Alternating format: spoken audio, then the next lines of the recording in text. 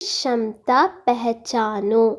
एक गांव में एक आलसी आदमी रहता था। वह कुछ काम दाम नहीं करता था, बस दिन भर निठल्ला बैठकर सोचता रहता था कि किसी तरह कुछ खाने को मिल जाए। एक दिन वह यूं ही घूमते घूमते आम के एक बाग में पहुंच गया। वहां रसीले आम से लदे कई पेड़ थे। रसीले आम देख उसके मुंह में पानी आ गया और आम तोड़ने वह एक पेड़ पर चढ़ गया। लेकिन जैसे ही वह पेड़ पर चढ़ा, बाग का मालिक वहां आ पहुंचा।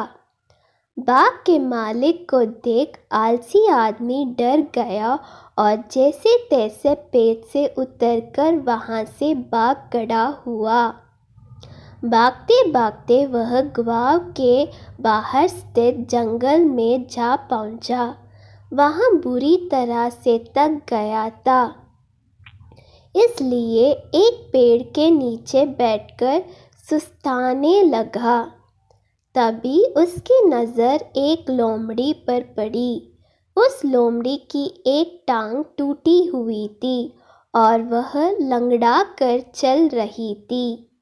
लोमड़ी को देख आलसी आदमी सोचने लगा कि ऐसी हालत में भी इस जंगली जानवरों से भरे जंगल में ये लोमड़ी बच कैसे गई, इसका अब तक शिकार कैसे नहीं हुआ।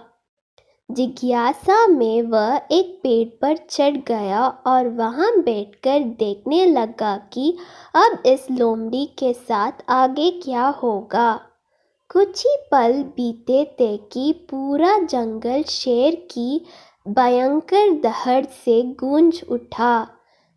जैसे सुनकर सारे जानवर डर कर भागने लगे, लेकिन लोमड़ी अपनी टूटी टांग के साथ भाग नहीं सकती थी। वह वहीं खड़ी रही। शेर लोमड़ी के पास आने लगा। आलसी आदमी ने सोचा कि अब शेर लोमड़ी को मारकर खा जाएगा, लेकिन आगे जो हुआ वह कुछ अजीब था। शेर लोमड़ी के पास पहुंचकर खड़ा हो गया। उसके मुंह में मांस का एक टुकड़ा था, जिसे उसने लोमड़ी के सामने गिरा दिया।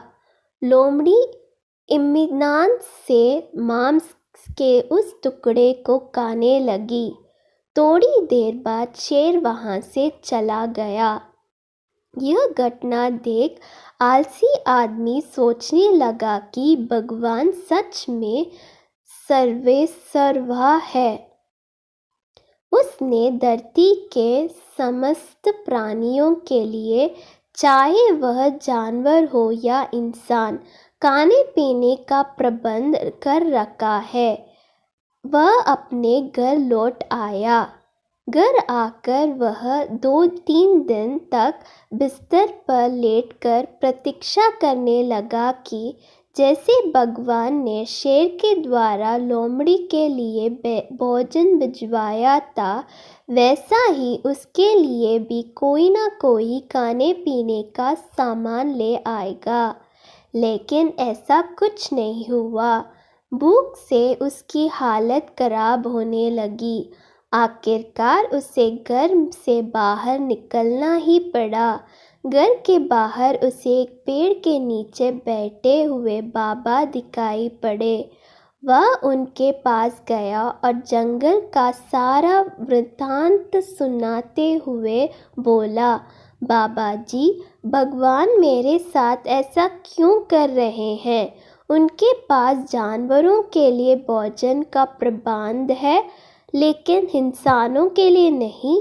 बाबा जी ने उत्तर दिया, बेटा, ऐसी बात नहीं है। भगवान के पास सारे प्रबंध है, दूसरों की तरह तुम्हारे लिए भी। लेकिन बात यह है कि वे तुम्हें लोमड़ी नहीं शेर बनना चाहते हैं। सीख, हम सबके भीतर क्षमताओं का असीम भंडार है। बस अपनी अज्ञानवश हम उन्हें पहचाना नहीं पाते हैं और स्वयं को कमतर समझकर दूसरों की सहायता की प्रतीक्षा करते रहते हैं। स्वयं की क्षमता पहचानिए, दूसरों की सहायता की प्रतीक्षा मत करिए। इतना सक्षम बनिए कि आप दूसरों की सहायता कर सकें।